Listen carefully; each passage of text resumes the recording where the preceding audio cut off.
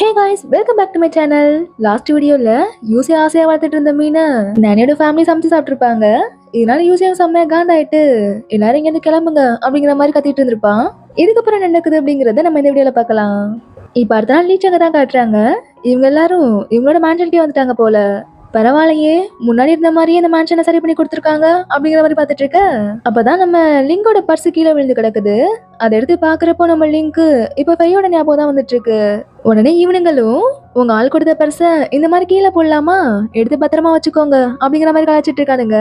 அப்படியே இன்னொரு பக்கம் பேலனை பார்த்தா வழக்கம் போல காய்கறி வாங்குறதுக்காக மார்க்கெட்டுக்கு வந்திருக்கா. அங்கதான் நம்ம லூ கொண்டுட்டு தான் நினைச்சிட்டு இருக்கிற அந்த கொள்ளக்கார கும்பலும் இருக்கு. இவங்கள பார்த்ததும் இவங்க இன்னும் சாகலையா அப்படின்னு நம்ம பேலன்னு ரொம்ப சந்தோஷமா அவங்கள ஃபாலோ பண்ணிட்டே போயிட்டு இப்ப அவங்க கிட்ட நல்ல வேளை நீங்க உயிரோட தான் இருக்கீங்க அப்படிங்கிற மாதிரி சொல்லிட்டு இருக்க. இவங்களுக்கா நம்ம பேலன் யாரு அப்படிங்கறதே சரியா ஞாபகம் இல்ல. இதனால பேலன் நடந்த எல்லா விஷயத்தையும் சொல்ல இதுக்கப்புறம் தான் பேலன் யாரு அப்படிங்கறதே இவங்களுக்கு ஞாபகம் வருது. மசமா நீ என்கிட்ட வந்து மாட்டிக்கிட்டியா அப்படின்னு இப்ப பேலனை பிடிச்சி பிரச்சனை பண்ண ஆரம்பிச்சிடறானுங்க. அப்பதான் இந்த இடத்துக்கு ஒருத்தர் வந்து இந்த பொண்ணை விடுங்க அப்படிங்கிற மாதிரி சொல்லிட்டு இருக்காரு. இவரை பார்த்தது நம்ம பேரனும் பின்னாடி போய் ஒளிஞ்சுக்க கிட்டத்தட்ட எல்லாமே அன்னை நடந்த மாதிரி நடந்துட்டு இருக்கு.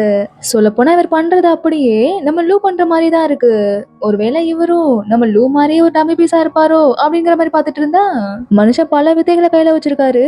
இப்ப அந்த கொள்ளக்கார கும்பலை அப்படியே அடிச்சு துரத்தி விட பேலன்ட்ட பார்த்து கொஞ்சம் கவனமா இருமா அப்படிங்கிற மாதிரி சொல்லிட்டு அங்க இருந்து கிளம்புறாரு. இதுக்கப்புறம் பேலன் அந்த விஷயத்த போயிட்டு நம்ம லூ கிட்ட சொல்ல லூமே ரொம்ப சந்தோஷப்படுறான். அப்ப இனிமேல் நான் யாருக்கும் பயப்படாம வெளில போலாம் அப்படின்னு சொல்லி சந்தோஷப்பட்டுட்டு இருக்க திடீர்னு அவனோட முகமே மாறி போயிடுது. ஏன்னா இந்த ஒரு காரணத்தை யூஸ் பண்ணி தானே அவன் இத்தனை நாள் நம்ம பேரன் கூடவே இருந்திருப்பான். என்னதான் ஒரு பக்கம் இனிமேல் நம்ம பயப்படாம வெளில போலான்னு சந்தோஷமா இருந்தாலுமே கூட இன்னொரு பக்கம் இந்த காரணத்தை சொல்லி இங்க இருக்க முடியாது அப்படின்னு நினைக்கிறப்போ கொஞ்சம் வருத்தமாவும் இருக்கு. அப்பதான் ஜென் எப்பா இங்க பாருங்களேன், இந்த உருவப்படத்தை எடுத்துட்டு வந்துட்டு ஒருத்தர் இதுல இருக்கிறவன தேடிட்டு இருக்காரு. இதை பார்த்ததும் எனக்கு உன்னோட ஞாபகம் தான் வந்துச்சு அப்படின்னு சொல்லி நம்ம லூட்ட கொடுக்க லூவும் இதை பார்க்க என்ன மாதிரி தான் இருக்கு, இருந்தாலும் கண்ணையும் காதையும் இன்னும் கொஞ்சம் நல்லா வரைஞ்சிருக்கலாம் அப்படின்னு சொல்லிட்டு போய் பார்த்தா அங்க வந்திருக்கிறதே இதுக்கு முன்னாடி நம்ம பேலனை காப்பாத்தி இருப்பார்ல அதே ஆளுதான். பேலனும் இவர்தான் என்ன காப்பாத்தினாரு அப்படின்னு சொல்லிட்டு இருக்க இவங்க ரெண்டு பேரும் அப்பா மகனே அப்படின்னு சொல்லி கட்டிப்பிடிச்சிட்டு இருக்காங்க. இப்பதான் இவர் லூவோட அப்பா அப்படிங்கிற விஷயம் தெரிய வருது. இதுக்கப்புறம் நடந்த எல்லா விஷயத்தை கேள்விப்பட்டுட்டு நானிட்ட சொல்லிட்டு லூ அங்க இருந்து கூட்டு போலான்னு பேசிட்டு இருக்காரு. அப்பதான் அங்க வந்து லிங்க வர பார்த்துட்டு ரொம்பவே எக்ஸைட் ஆயிடுறா. மாஸ்டர் லூ, நீங்க எப்படி இங்க, உங்களை பாக்குற வாய்ப்பு கிடைக்கும் அப்படின்னு நான் கொஞ்சம் கூட எதிர்பார்க்கல. அம்மா இவர் யாருன்னு தெரியுமா, மார்ஷல் ஆர்ட் அலைன்ஸோட லீடர் இவரு அப்படின்னு சொல்லிட்டு இருக்கா. இப்பதான் நாளைக்கே லூ ஒண்ணு பிச்சைக்காரன் இல்ல, இந்த மாதிரி ஒரு பெரிய ஆளோட பையன் அப்படிங்கிற விஷயம் தெரிய வருது. அப்புறம் ஏன் இங்க வேலைக்காரன்னு போய் சொல்லி தங்கியிருந்த அப்படிங்கிற மாதிரி கேட்க என்னது வேலைக்காரனா, என் பையன் இங்க வேலைக்காரனா இருந்தானா அப்படின்னு நம்ம லூவோட அப்பா டென்ஷன் ஆயிடுறாரு. எல்லா விஷயத்தையும் சொன்ன இவன் இந்த விஷயத்த மட்டும் சொல்ல போல. இந்த விஷயம் தெரிய வந்ததும் இதுக்கப்புறம் நீங்க இருக்கக்கூடாது, இங்க இருந்து கிளம்பு அப்படின்னு சொல்லி நம்ம லூவா அங்கிருந்து கூப்பிட லூவா நான் இங்க இருந்து வர மாட்டேன் அப்படின்னு சொல்லி ஆரம்பிச்சிட்டு இருக்கான். அப்படியே கட் பண்ணா லூ இங்க இருந்து கிளம்ப போறதுனால நம்ம லூவோட துணியெல்லாம் இப்ப பேரன் தான் மடிச்சு கொடுத்துட்டு இருக்கா. ஆனா லூக்கு தான் இங்க இருந்து போகவே மனசு வர மாட்டேங்குது. அதனால நானி கிட்ட போயிட்டு மிஸ் நானி, இத்தனை நாள் உங்க குடும்பத்தோட இருந்துட்டு இப்ப திடீர்னு உங்க குடும்பத்தை விட்டு பிரியறப்போ ரொம்பவே கஷ்டமா இருக்கு. உங்க எல்லாரையும் நான் ரொம்பவே மிஸ் பண்ணுவேன். அதுலயும் முக்கியமா நீங்க என் மேல காட்டின அன்பெல்லாம் என்னால மறக்கவே முடியாது. அதனால எங்க அப்பா கிட்ட கொஞ்சம் பேசுங்க அப்படின்னு சொல்லிட்டு இருக்க. நானியும் எப்படி இருந்தாலும் உங்க அப்பா வந்து கூப்பிடுறப்போ நீ போய் தான் பாகணும். இன்னும் எத்தனை நாளைக்கு எங்க கூட அப்படி ஒரு வேலைக்காரனாவே இருக்க போற, உனக்குன்னு ஒரு வாழ்க்கை இருக்குல்ல, அதை போய் பாருப்பா அப்படின்னு சொல்லிட்டு இருக்காங்க. ஆனா நம்ம லூ தான் விடுற மாதிரியே இல்ல. அட்லீஸ்ட் ஒரு 2-3 நாளாவது நான் இங்க இருந்துட்டு போற மாதிரி எங்க அப்பா கிட்ட கொஞ்சம் பேசி பாருங்களேன் அப்படின்னு சொல்லிட்டு இருக்கான். இதனால நானியும் இந்த பையனுக்கு நம்ம மேல எவ்வளவு பாசம் அப்படின்னு நினைச்சிட்டு இத பத்தி இப்ப நம்ம லூவோட அப்பாட்ட பேசிட்டு இருக்காங்க. இப்ப அப்படியே வெளில பார்த்தா நம்ம நானி மாஸ்டர் லூ கிட்ட பேசிட்டு இருக்காங்க அப்படிங்கிற விஷயம் தெரிஞ்சதுமே நம்ம சென்னு வந்துடுறாரு. இப்படி இவங்க ரெண்டு பேரும் நம்ம நானியும் மாஸ்டர் லூவும் அப்படி என்னதான் பேசிட்டு இருக்காங்க அப்படிங்கறத வெளில இருந்து ஓட்டுக்கிட்டு இருக்க இங்க நானியும் நம்ம லூவை பத்தி எடுத்து சொல்லி அவனோட விருப்பத்துக்காகவாது ஒரு 2 நாள் இங்க இருந்துட்டு போங்கல அப்படின்னு சொல்லிட்டு இருக்காங்க. இப்ப மாஸ்டர் லூவும் இதை பத்தி யோசிச்சு பார்த்துட்டு அவனோட அம்மா இறந்து போனதுக்கு அப்புறம் அவன் அன்பு பாசத்துக்காக ரொம்பவே ஏங்கி போயிருந்தான். ஆனா அதுக்கப்புறம் அவன் உங்க ஃபேமிலி கூட தான் இவ்வளவு க்ளோஸா இருக்கிறத பாக்குறேன் அப்படின்னு சொல்லி அவர் இதுக்கு ஒத்துக்கிறாரு. இப்படி இவங்க ரெண்டு பேரும் பேசிட்டு இருக்கும் போதே நம்ம லூவோட அப்பாவுக்கு திடீர்னு நெஞ்சு வலி வந்துருது. உடனே நானியும் ப்ளீஸ் படுத்துக்கோங்க அப்படின்னு சொல்லிட்டு இருக்க. இதை இவங்க ரெண்டு பேரும் வெளில இருந்து கேட்டுட்டு என்னடா நடக்குது உள்ளார அப்படிங்கிற மாதிரி பாத்துட்டு இருக்காங்க. இதுலயும் சென்னுக்கெல்லாம் இதை கேட்டது மனசே உடஞ்சு போயிடுது. இவர் ஒரு பக்கம் உள்ளார என்ன நடக்குது அப்படிங்கறதே தெரியாம எல்லாத்தையுமே தப்பா புரிஞ்சுட்டு இருக்காரு. இப்ப அப்படியே இன்னொரு பக்கம் யூசைட டெங்யூங் வந்து இந்த மாதிரி நானியோட ஃபேமிலில எல்லாருமே அவங்க மேன்ஷனுக்கே திரும்பி போயிட்டாங்க அப்படிங்கிற விஷயத்த சொல்லிட்டு இருக்க யூசேவும் நான் ஏதோ தெரியாம கோவத்துல கத்திட்டேன் அதுக்காக எல்லாரும் அங்க கிளம்பிட்டாங்களா அப்படின்னு சொல்லிட்டு இருக்கிறப்பவே நம்ம யூசேவோட அப்பா லாலிங் அங்க வந்துடுறாரு. நம்ம நானியோட ஃபேமிலி மேன்ஷனை விட்டு போனதை கேள்விப்பட்டுட்டு இப்ப ஃபோர்த் பிரின்ஸ் மட்டும் திரும்பி வந்தா அவர்கிட்ட நம்ம என்ன பதில் சொல்றது? இந்த மாதிரி கேவலமான ஐடியாலாம் என் பிள்ளைக்கு நீ தானே கொடுத்த. அது மட்டும் இல்லாம எப்ப என் பிள்ளை உன் கூட சேர ஆரம்பிச்சானோ அப்பவே முழுசா விளங்காம போயிட்டான் அப்படின்னு இப்போ நம்ம டெங்கும் தான் அற விழுது. உடனே யூசேவும் அப்பா அது வந்து நான் தான்ப்பா அப்படின்னு சொல்ல வரேன். அதெல்லாம் இந்த மனுஷன் காது கொடுத்து வாங்குற மாதிரியே இல்ல.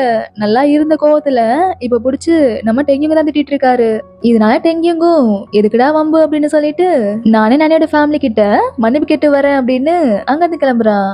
இங்க அப்படியே மேன்ஷன்ல பார்த்தா நம்ம பிள்ளை நைட்டு எல்லாருக்கும் முட்டையை வேக வச்சு எடுத்து போயிட்டு இருக்கா. அப்ப அங்கதான் ரைட்டா நம்ம டெங்கியும் வந்துடுறான். இவனை பார்த்ததும் இந்த நேரத்துல என்ன விஷயமா இங்க வந்திருக்கீங்க அப்படிங்கிற மாதிரி கேட்க அதுக்கு டெங்கியும் நானிக்கும் எங்களாடுக்கும் இடையில ஒரு சின்ன மிஸ் அண்டர்ஸ்டாண்டிங் ஆயிடுச்சு. அதுக்காக நானிய பார்த்து மன்னிப்பு கேட்டு போலான்னு வந்தேன் அப்படிங்கிற மாதிரி சொல்லிட்டு இருக்கான். அப்பதான் டெங்கிங்கோட கண்ணத்துல இருக்கிற அந்த காயத்தை பார்த்துட்டு இதுக்காக எங்களாடு உங்களை அடிச்சுட்டாரா அப்படிங்கிற மாதிரி கேட்க அதுக்கு இவனும் இல்ல நான் தான் தெரியாம கீழே விழுந்துட்டேன் அப்படிங்கிற மாதிரி சொல்லி சமாளிச்சிட்டு இருக்கான். உடனே பேலனும் அவகிட்ட இருந்த அந்த முட்டையை எடுத்து கொடுத்துட்டு இதோட ஓட்டை எடுத்துட்டு இதை வச்சு தடவுங்க காயம் சீக்கிரம் சரியா போயிடும் அப்படிங்கிற மாதிரி சொல்லி கொடுத்துட்டு போக இவனும் அதை வாங்கிட்டு நம்ம மேலே அக்கறைப்பட ஒரு பொண்ணு இருக்கான் அப்படின்னு இப்பல இருந்தே நம்ம பேலன் மேல இவனுக்கு ஒரு கிரஷ் வந்துருது. இதுக்கப்புறம் அடுத்த நாள் காலையில தான் காட்டுறாங்க நம்ம மாஸ்டர் லூவும் நானியும் பேசி சிரிக்கிறதெல்லாம் பார்த்தா இவங்க ரெண்டு பேருமே ரொம்ப க்ளோஸா இருக்கிற மாதிரி நம்ம எனக்கு தோணிட்டு இருக்கு. அதனால இவர் ஒரு பக்கம் இவங்க ரெண்டு பேரையும் பிரிக்க போராடிட்டு இருக்காரு. ஆனா எதுவுமே ஒர்க் அவுட் ஆகுற மாதிரியே தெரியல.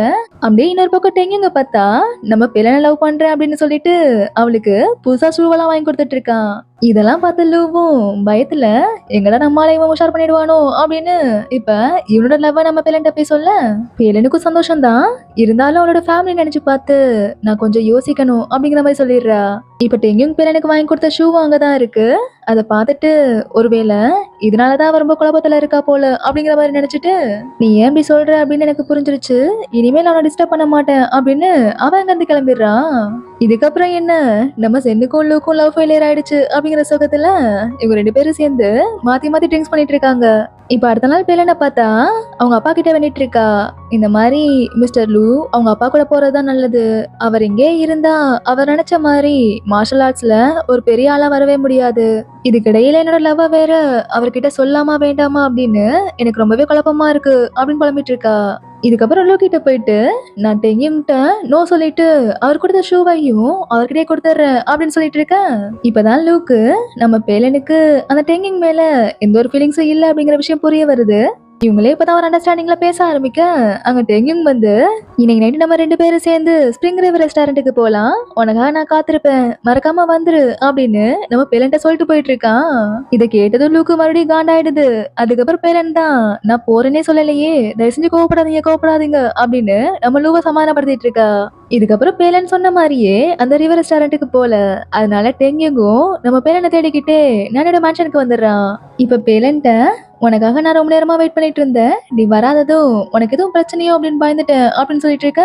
அதுக்கு பேலனும் இந்த ஷூ எனக்கு வேண்டாம் இதை கொடுத்துட்டு காசை வாங்கிடுங்க. அது மட்டும் இல்லாம என்னால ரெஸ்டாரண்ட்டுக்குலாம் வர முடியாது மிஸ்டர் லூக்கு உடம்பு சரியில்லை தயவு செஞ்சு இந்த மாதிரி வந்து இனிமேல் டிஸ்டர்ப் பண்ணாதீங்க அப்படின்னு கதை சாத்திடுறான். இப்ப அடுத்த நாளே பார்த்தா டெங்கிங் வந்து விறகெல்லாம் வெட்டிட்டு அங்க இருக்க வேலையெல்லாம் பார்த்துட்டு இருக்கான். என்னடான்னு கேட்டா நம்ம லூக்கு தான் உடம்பு சரியில்லை அப்படின்னு சொல்லியிருப்பால. அதனால லூவால இப்போ பேலனுக்கு எந்த ஒரு ஹெல்ப்பும் பண்ண முடியாது. அதனால இப்போ லூக்கு பதிலா வீட்டு வேலையில ஹெல்ப் பண்றதுக்கு பேலனுக்காக நான் வந்திருக்கேன் அப்படின்னு சொல்லிட்டு இருக்கேன். எனக்கு உடம்பு சரியில்லை அப்படிங்கிறது உனக்கு எப்படி தெரியும் அப்படிங்கிற மாதிரி நம்ம லூ டெங்கியும் கேட்டுட்டு இருக்கான்.